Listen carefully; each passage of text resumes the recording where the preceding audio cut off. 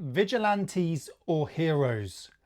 These British lads from Birmingham going over to France to do what they can to stop the small boat crossings in the English Channel.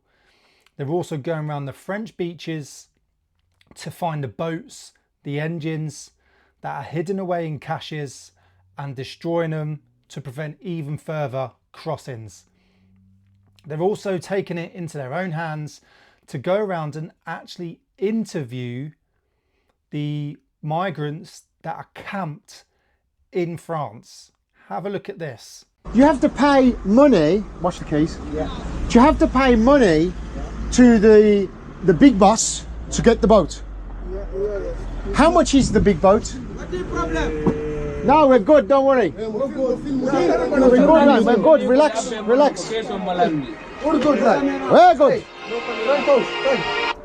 So we'll show you some more footage in a bit, but what you see there is a group just sat at the bus stop. Ryan and a couple other guys are just talking to him. They're basically trying to find out information, sort of going undercover, doing what the French and the British should be doing, and gathering intelligence to say, you know, how much do these boat crossings cost? You know, and they find out a little bit more. And then a couple of other guys come over, obviously not happy with them filming. We've seen videos in the past where migrants, they don't like being filmed, so they become quite aggressive to Ryan, but the guys at the bus stop actually, you know, try and calm them down and say, look, they're happy to talk. But are these guys vigilantes or are they heroes? Vigilantes, basically someone who takes taking legal action into their own hands, okay, to sort of prevent crime if they believe the official services are not doing their job. So they go around sort of catching criminals on TV, and when people say it, it normally means that they're aggressive, they mean to use force, they're actually sort of outlawed by the councils and the government. They're not meant to be doing what they are. They're actually technically the bad guys as well. It's looked at in a bad term, but the actual sort of official meaning is just someone who basically goes out on their own, either on their own or in groups. They're self-appointed to basically conduct legal work, to enforce the law and prevent crime. That's what these guys are doing. But the government and the newspapers are sort of trying to depict these guys in a bad way, when I know, when I've seen on my previous video, you're all calling them heroes, and why not? Like, what they're actually trying to do something about it, and we're going to cover that in this video, why the French and the British could prevent the majority of these boats, but they don't want to. You've got this article from The Sun, which is a couple of articles, and you'll see how much money the Brits have given to France, how many people have crossed the channel, and we'll show a little bit more about what Ryan and the guys are actually doing and how you can donate and volunteer and support them if you want to. But Beach Patrol British vigilantes film themselves smashing migrant boat engines on French beaches to stop crossing. It's not exactly the best title, is it, The Sun? You know, once again, trying to depict them in a bad way. The vigilantes who led to push to cover our streets in Union flags have filmed themselves smashing small boat engines hidden on French beaches. The Raise the Colours activists are trying to stop would-be migrants from crossing the channel. What it actually says down here, so we'll go over the numbers. So since they have tried to prevent boats, but they haven't, but basically since last Friday, 217 people arrived in 3 overcrowded dinghies. Roughly 39,000 migrants crossed the English Channel in 2024. Nearly 44,000 have now crossed in 2025, and the year hasn't ended. And we have given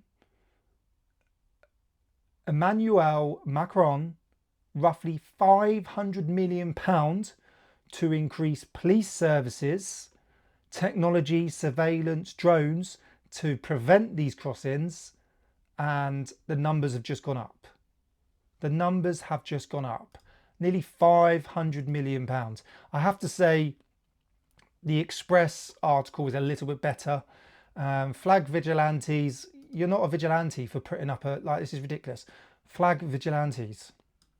You're not a vigilante putting flags up. You're just patriotic. It should be flag patriots. Prove French cops can stop the boats. They just don't want to. So it's a much better title, and it's very true. They have now proven that it's pretty easy to prevent these boats from crossing the English Channel. And this sort of goes on to sort of say the same. You can check it out by the Daily Express, but once again, you'll see it here in a minute. In 2023, the UK pledged £500 million over 3 years to fund increased French law enforcement by 500 officers, surveillance drones and new detention centres in France to try disrupt trafficking gangs and prevent crossings. But still, the boats come one after another with only infrequent pauses when an Atlantic storm churns the channel to make crossings near impossible. Yeah, when the weather's good, the boats come. When the weather's bad, they can't come, so they don't come. £500. £500 million.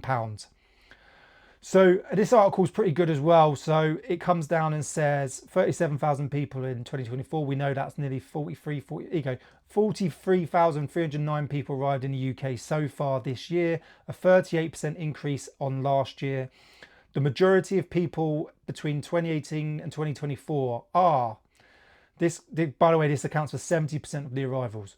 Iran 17%, Afghanistan 15%, Iraq 12%, Albania 10%, Syria 9%, Eritrea 8%. Iran, obviously, with the changes they've had over the last 30, 40 years, people most probably do want to flee, but there's no need to come all the way to the UK.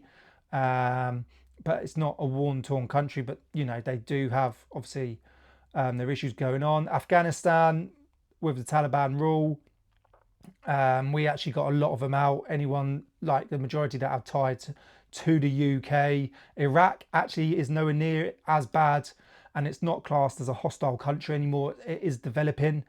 You know, it still has its issues with inside the country, but it is developing very, very well compared to how it used to be. Albania 10%, no issues in Albania at all. It's actually becoming a very popular holiday destination for the British. Syria, obviously they had the issues with war and everything going on. It's still pretty torn apart, but we cover, you know, there's a lot of countries nearby. Some might want to come to the UK, Eritrea as well.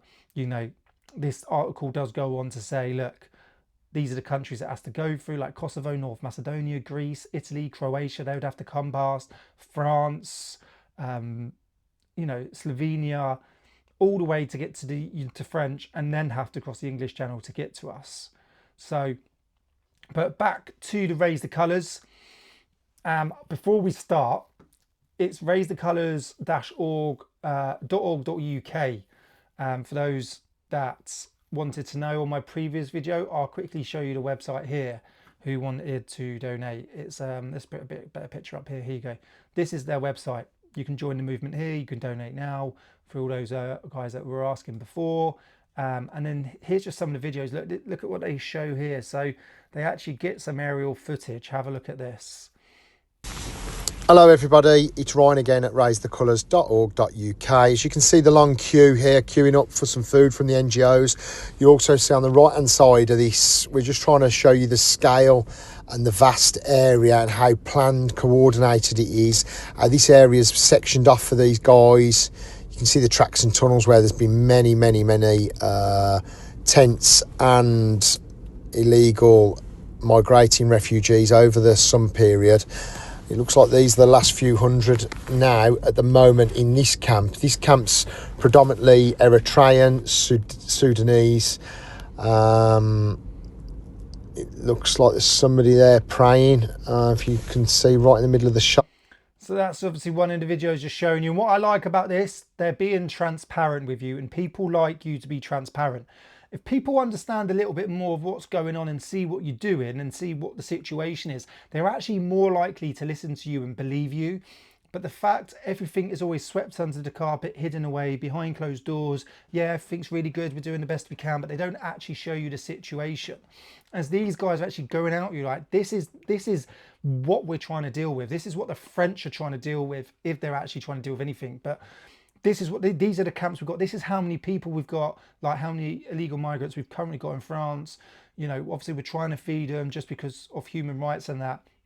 And we are trying to do this, but obviously this is the scale of it. People might actually go, oh, right, okay, yeah, that is a massive issue they've got over in France as well. It's not just the UK that's struggling, but everything's just hidden behind closed doors. So what I like about Raise the Colours, once again, the heroes of this, is that they're actually showing you what is going on. By the way, this is their YouTube channel here, so go over and make sure you do subscribe. I thought I was, but I'm not, but I've just subscribed there. So make sure you do go over subscribe. Subscribers, more subscribers don't like make loads of difference, but basically it more just means YouTube may push their videos a little bit further to more people. So make sure you do go subscribe there. But what I like is they're being transparent with you. This is the stuff that's going on. Let's have a look at this video. Look at this is some kind of ID table, and these are giving them out bits and bobs and passes. And then to the left hand side you can see that's the food that comes, the hot meals, and then just down in front are the police that guard them. So the NGOs work with the police. You know, they're giving them out, what's she giving them there? She's giving them sort of trays so they can get their food, which is, you know, we're in England, we're humane as well, but these aren't fleeing war-torn countries. Who are paying those NGOs petrol, vans? Does anyone work for the NGOs? Do they want to spill the beans? Have I got a whistleblower that wants to speak to me about the NGOs? And this is the situation that they're dealing with. And until you get that deterrence in place, there's so many of them, you're not going to be able to arrest them all and hold them in detention centres or prison, because there is just the vast numbers of them. We'll go back to this one, once previously seen. Let's just re-show this again. Look, Go to fucking England. This is We've seen it yesterday. Ryan We're going over to see it there, again look. today. And look, you actually see He them took his shoes off. chasing them down the beach.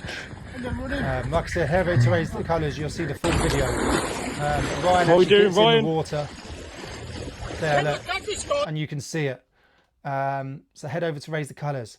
But are these guys vigilantes? In a sense, yes, if you take the dictionary definition of it, but they're trying to paint them in a bad way.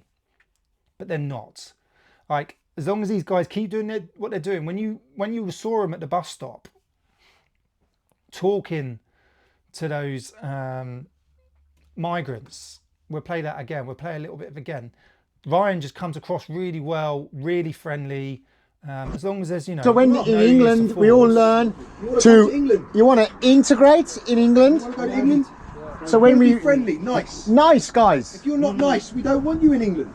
So these guys. Yeah, we in England. In England, Gotta be nice. it's just to migrate.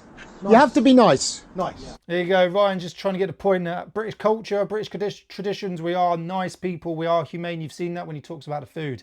So as long as these guys keep sharing what they're doing, they don't break any laws, they don't become violent. I'm not saying they will, I don't think they will. And, you know, if they can deter, prevent crossings legally without violence, then why not? If they can help the French and British government out, the British people and the French people, then why not? It's just that when people see the word vigilante, it is seen as in a bad way. And that's what they're trying to depict these guys. They're trying to paint them in a bad way when they're not. These guys are extremely patriotic. They love the British culture. These guys are from Birmingham, one of the most multicultural cities in the UK. But what they're saying is they want you to integrate into British culture, into British traditions. Okay, but they want you to do it the right way as well, legally. They want to be able to, you know, matter your background, be proud of the St. George's flag and the Union flag. Raise it high, no matter your background. And that's what these guys are trying to push across. But there's certain people in the media that are trying to paint them in a bad way. These guys are heroes. Yes, technically, like I said, they're vigilantes, but they're not. They're heroes, okay? These guys are basically just doing what the governments don't want to do. They'd rather just waste money, make it look like they're doing something. Yeah, we've pledged £500 million. Okay, what I want actually, which would be great, which I might see if I can try and do. Let's see if we can get it. That £500 million, let's get invoices for that and see what that's been spent on. Because you can get a lot of drones for £500 million and quite a few officers on the beaches for permanent patrols.